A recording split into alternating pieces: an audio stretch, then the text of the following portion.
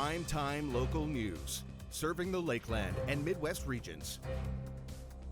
Good evening. City crews who are continuing to remove snow from residential neighborhoods across Lloydminster. The city began pushing snow down to the pavement last week, starting with the yellow curbside collection zone. With freezing rain and snow that hit the area, it did slow the process as priority shifted to sanding icy roads. It's a little challenging to have one operation going off with the snow removal and then still trying to complement with sanding. And I know people often say, why do you sand? And then you come along and remove the snow. Because at the time, the quickest and safest methodology is sanding. Crews are currently removing snow in the blue curbside zone before moving to the pink one. The city asks residents to avoid street parking during the removal process, and if there is another major snowfall, crews will clear priority 1 and 2 roads before continuing with city-wide removal. We have the operators available. We'll be going as often as we can throughout the night. So just Thursday night as an example, we were out basically 24-hour cycle. February will mark the start of Aboriginal Storytelling Month, but even before the calendar turns, schools across the Lloydminster Public School Division are bringing in Indigenous elders to share their stories. For more on what the kids are learning, here's Jasmine King with this week's Beyond the Classroom. Annually, across Saskatchewan, Aboriginal Storytelling Month is held with the goal of teaching Indigenous history, culture, and traditions. It is held in February, since these stories are usually told during the winter months. College Park students had lessons from Clint Chokin. He talked about the character of Waseajak and how Waseajak was sent to the earth to interact and work with the animals even before the First Nations arrived. So it was about how to treat each other and how to be a good person and how we're all interconnected. Hansen believes it's important to have these lessons shared with younger students as they can help pass it on. Bringing in elders and other educators allows them to have a more hands-on lesson with deeper history. We're given a curriculum that says, talk about how First Nations, their way of looking at the earth, and I can teach them out of a book and I can teach them stuff I've researched, but it's so much more authentic when someone like Clint comes and tells the kids. The kids interacted with him, they connected what we're learning in class, and he clarified things for us, and it was just really, really worthwhile. Throughout February, there will be more lessons on Indigenous topics and history. Teachers also aim to incorporate that into different areas of the school. We try to have as many library books out. Clint has sent us lots of links that we can watch in the classroom. I try to do some Aboriginal art that will be on display for the month of February. Hopefully, and he's offered to bring in more people to come and do some storytelling. For this week's Beyond the Classroom, I'm Jasmine King. At Lakeland College, our students are challenged to go beyond the classroom, so when industry knocks, they're ready to thrive. Learn more at lakelandcollege.ca. The Lloydminster Public Library is holding a ribbon-cutting ceremony tomorrow morning as they're officially set to open doors to the public. With more on the grand opening, here's Nicole Gruber. Today on Primetime Local News, I'm joined with Michelle from the Lloydminster Public Library to talk about the reopening tomorrow morning. Thank you so much for joining me here today. Oh, you're welcome. So, Michelle, what will be happening at the ribbon cutting? The ribbon cutting is going to be by invitation only, but it'll be available online stream. We'll have a number of dignitaries to give some talk about the new space and the journey we took to get where we are. That will be followed by being open to the public. Our staff is going to be available to do tours if anyone wants to see the new space, not that like we've already been doing it, to do tours. And we've got a bunch of other activities. We have a virtual story time Saturday morning at 10:30 on Zoom. We have another virtual author reading Monday at 10:30, also available on Zoom. We're going to restart our anime club with a Zoom organizational gathering so they can figure out how they want to do things going forward. We've got a scavenger hunt in collaboration with the Lloydminster Learning Council and in celebration of Family Literacy Day, which is tomorrow.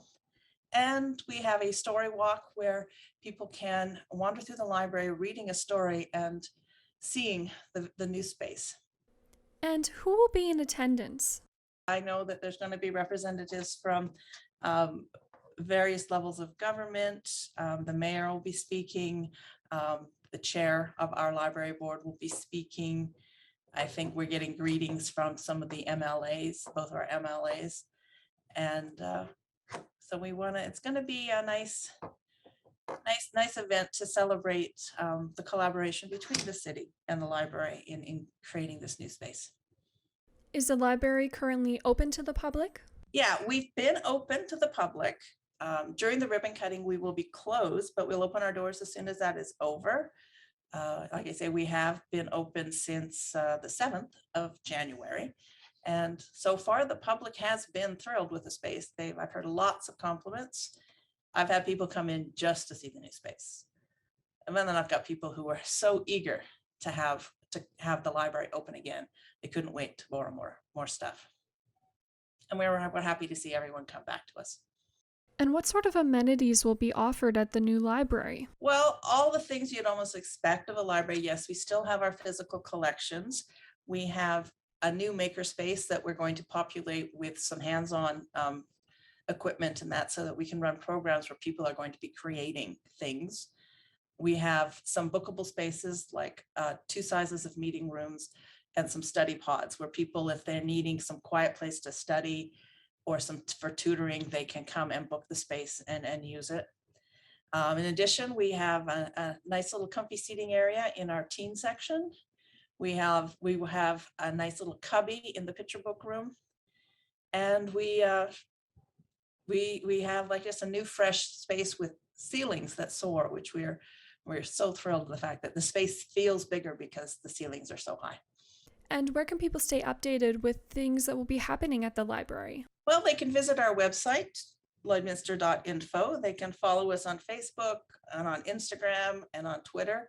We do post. We're going to be posting a bit more regularly, I think, as we get up and running with the various programs and activities. And I'd just like to remind people that our new hours are the same as the mall hours. So we are now open Sundays, which we have never been. So we look forward to see, for those of you who work during the week, you can come see us on the weekend. You guys offer rapid COVID tests. Where can people find those? They just come to the main desk, the only desk, and they could just ask. And as long as we have them in stock, we were giving out 1 per person per day. And each kit holds 5 tests. Thank you so much for joining me today. Oh, you're welcome, Nicole.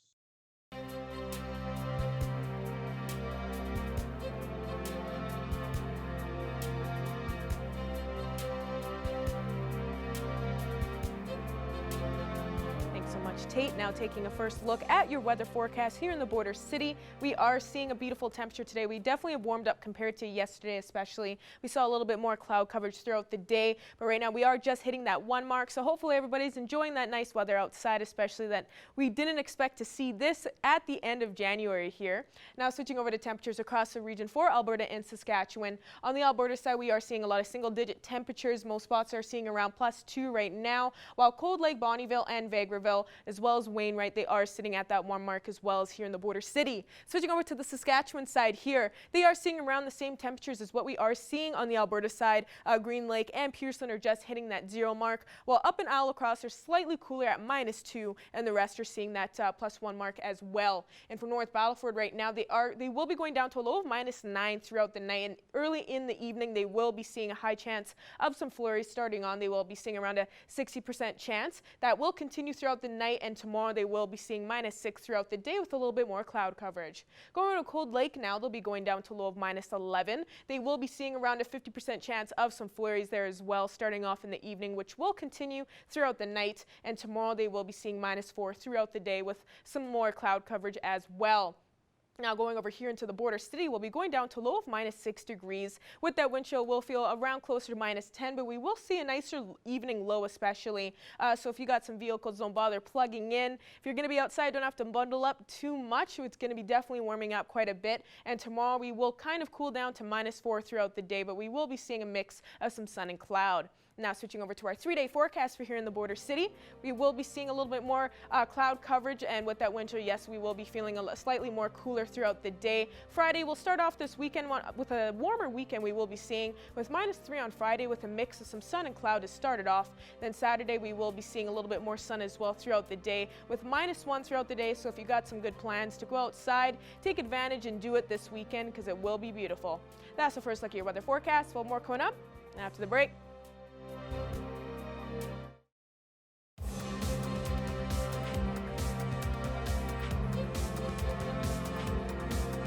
The Lakeland Rustlers women's volleyball team took on the Nate Ooks this weekend, and our Thomas Wildman was on the scene.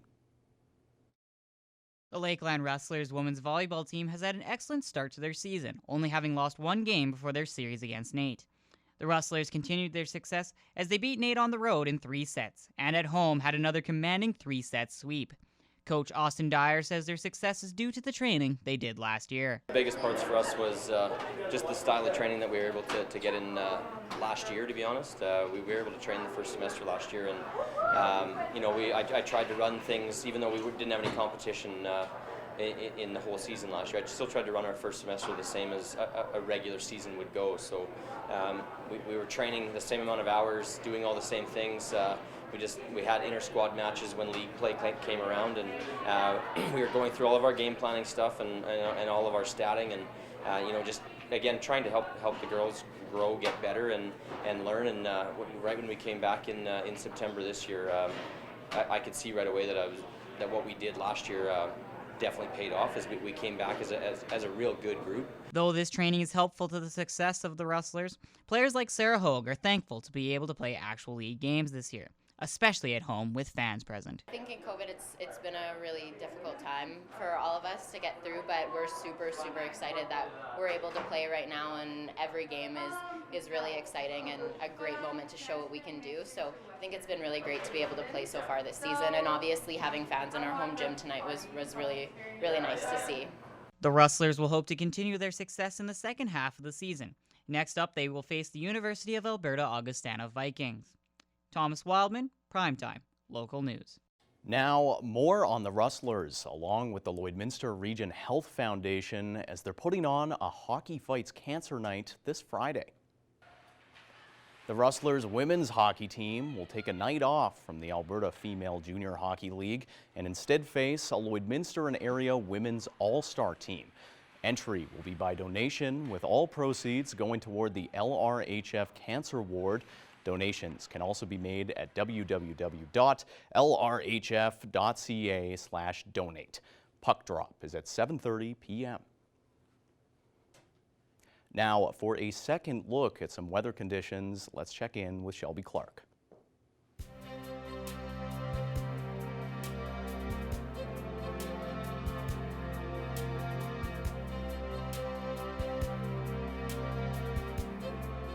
Tate. Now taking another look at your weather forecast for here in the border city. We'll be starting off with temperatures around the central region of Alberta and Saskatchewan here. We're definitely seeing some warmer temperatures on the Alberta side, still at those single-digit points, but we are still seeing those plus temperatures, not what most of us have expected to see at the end of January, but here we are. Most spots are seeing around +2 right now, 4 in Jasper, while Rocky Mountain House is at 3, and Red Deer is just hitting that 0 mark. Switching over to the Saskatchewan side here, they're seeing some slightly cooler temperatures, but they are still across that those plus temperatures as well here. 1 in North Battleford and Prince Albert, while Saskatoon and Melfort are at -1 degrees, and Meadow Lake is just hitting that 0 mark as well, and Cold Lake is just hitting that 1 point like here in the border city. Now switching over to our northern region of the provinces, they've definitely cooled down just a bit. They aren't seeing as too cool of temperatures as they've been seeing earlier on in the week. La Loche and Buffalo Nose are at -6 degrees, -10 in La Ronge, while Flin Flon is just hitting -11, -15 in South End, while the rest of Reach Pass that -20 point with -20 in Uranium City, and Wollaston Lake and Stony Rapids are at -21, -23. Switching over to this side here, especially down in this area, they do see some slightly warmer temperatures with Grand Prairie and Slave Lake at 1. Peace River is just hitting 2 degrees, -3 in Fort McMurray, while high level is at -1, and Fort Chipewyan is the coolest at -13. Switching over to our southern region now of the provinces here, Lethbridge is at +5, so they aren't struggling too much, as you can see with their temperatures. They're kind of like what we are seeing in the central area. Medicine Hat and Coronation are just at that 0 mark, while Calgary and Banff are both at 2. Switching over to this side here now, they're seeing some slightly cooler temperatures, but not too bad as well. Kindersley and Regina are just hitting that 0 mark. -1 in Swift Currents, while Moose Jaw is in that +degree range there at 1, and -2 in Estevent and Yorkton. But as we go back to temperatures across the region overnight tonight, we will still be seeing some nice evening lows throughout the night compared to what we've been seeing earlier on. A low of -10 in most spots they will be seeing with Pearson, Bonnyville, and Meadow Lake. Isle La Crosse will be seeing a cooler temperature with a low of -15, a low of -11 for Murnum throughout the night, while it'll be a low of -9 for Paradise Hill and Unity, and Wainwright and Provost will be seeing a low of -7. But most spots will be seeing a high chance of some flurries throughout the night, while Murnum and Wainwright will be seeing more cloudier skies, as well as Isle La Crosse there. Now switching over to temperatures tomorrow across the region, we will cool down slightly in most spots, but we will still be seeing those single-digit points across the region, so it won't be too bad. Most spots will be ranging from around -3 to -4 degrees. On Saskatchewan side, they will be cooled down just slightly, a little bit more, with -8 in Isle La Crosse, while most spots will be seeing -5 and -6. Now ending off with our 7-day forecast for here in the border city. We'll be seeing a nice Thursday with -4 with a little bit more cloud coverage. Friday will start off this weekend a lot warmer with -3 on Friday, -1 throughout the weekend. So make sure you are taking advantage of these gorgeous temperatures for the weekend while you still can, because we will cool down next week. And then Monday we'll be seeing -2, while we will be cooling down quite a bit next Tuesday with -21 throughout the day and -16 next Wednesday. That's another look at your weather forecast. We'll have more news coming up after the break.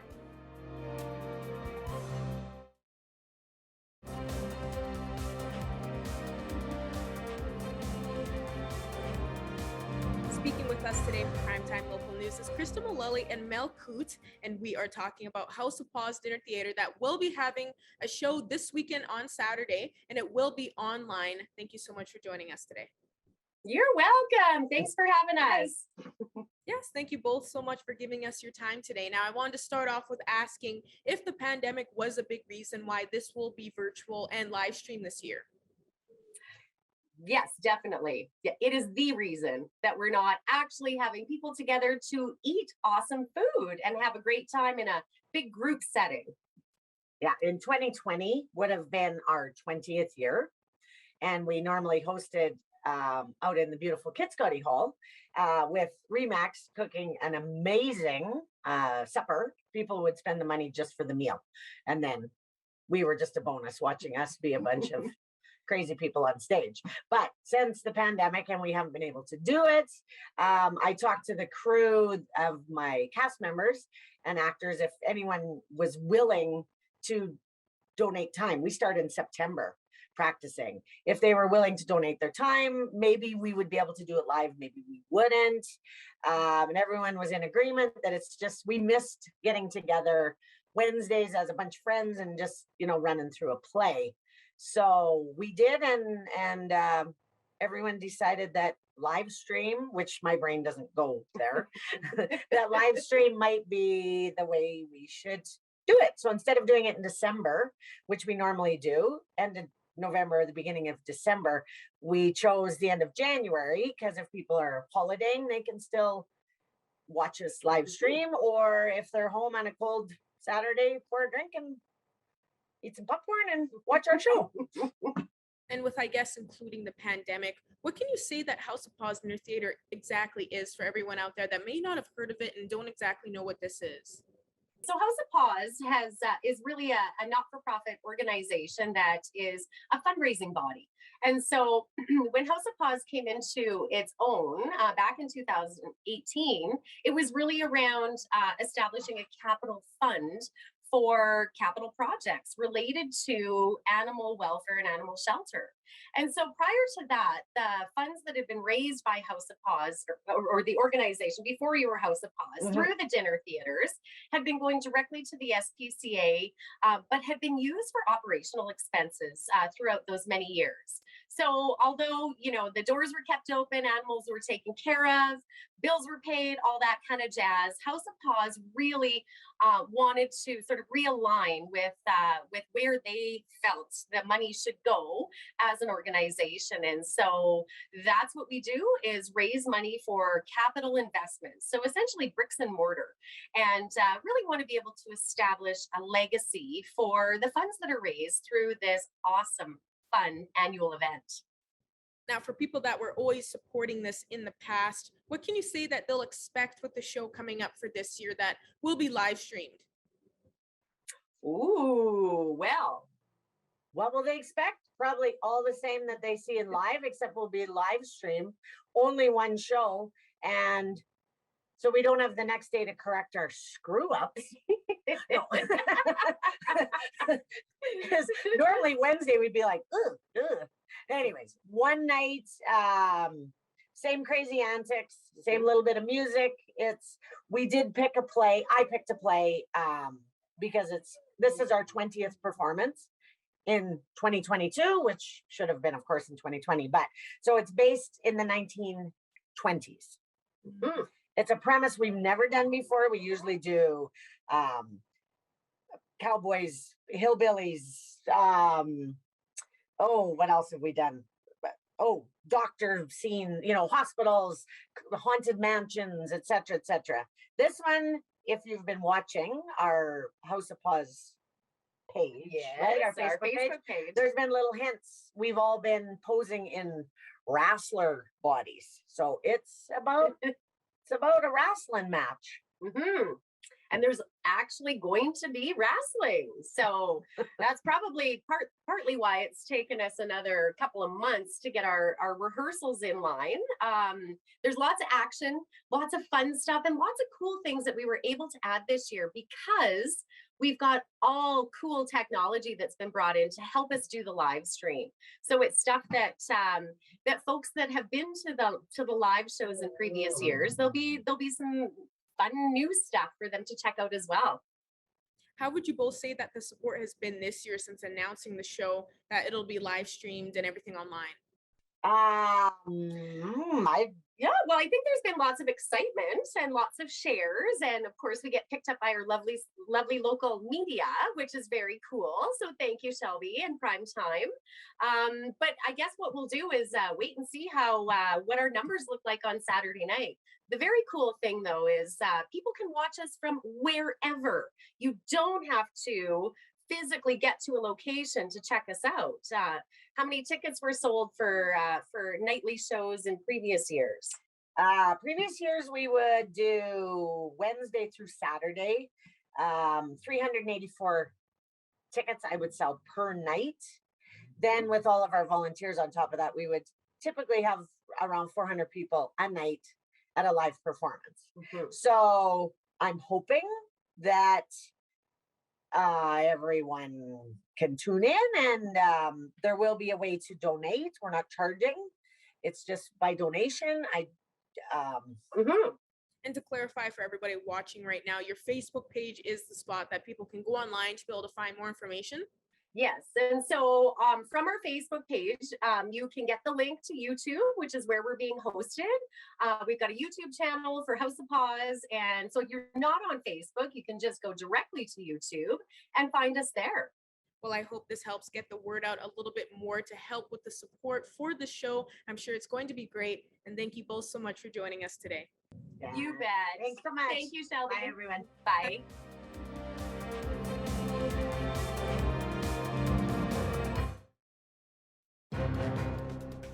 Furniture set and design supplied by Furniture Gallery and Furniture House, downtown Lloydminster. Joining me right now on Primetime Local News is one of the organizers behind this year's 18th annual Cutter Rally for Cancer, which is coming up on February 26th. So, to Della Wist, I'll say welcome to the show, but it's my understanding that there are about 4 different ways for people to participate in this year's rally. So, could I just get you to open up by going over those? Thank you for having me. Yes, 4 ways. Number one is as a teamster, which is driving your own team, bringing your sled in and having whoever you want to go on it. You can be a horseback rider and go along on the trail as well. And there's also what we call ghost hands, which means you just purchase a hand. You don't have to come. We will roll your numbers for you. Or you can come in person and roll them, but you don't have to go out on the trail. You don't have to go out if it's minus 30, that kind of thing, but it's still an enjoyable day.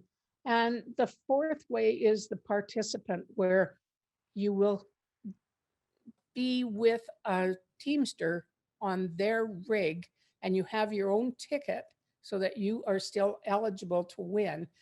But you have to know somebody that you can get onto the wagon with. Very exciting stuff. But the Cutter Rally is also set to feature some prizes that you're going to be handing out. So could I just get you to touch base on those as well? Right now, the main prize is the highest roll of the dice is what will win you the Cutter. It's a brand new 2-seater sleigh, and it is horse-drawn, of course, and it's very, very nice, and value is around $3,400. So that's the highest roll of the dice.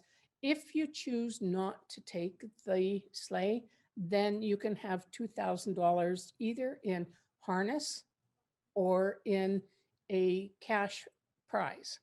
And that has been very popular in the past. We also have Teamster prizes and participant, horseback rider, all 4 categories all have a main prize associated with them. And so it's nothing as big as the sleigh because obviously that's the biggest one we have.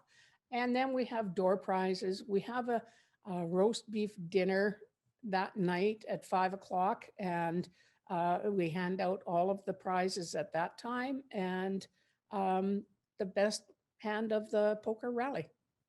And as far as fundraising is concerned, are you trying to match the amount of money that was raised in a previous year or maybe surpass that number? Or where are your hopes or expectations at right now? Well, that would be easy because last year we didn't have it. But the years before it ranges, and it's also so dependent on the weather.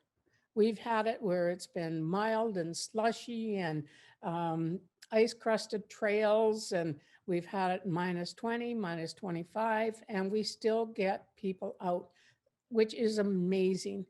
We have been doing this for 18 years, and all proceeds go to helping people with cancer.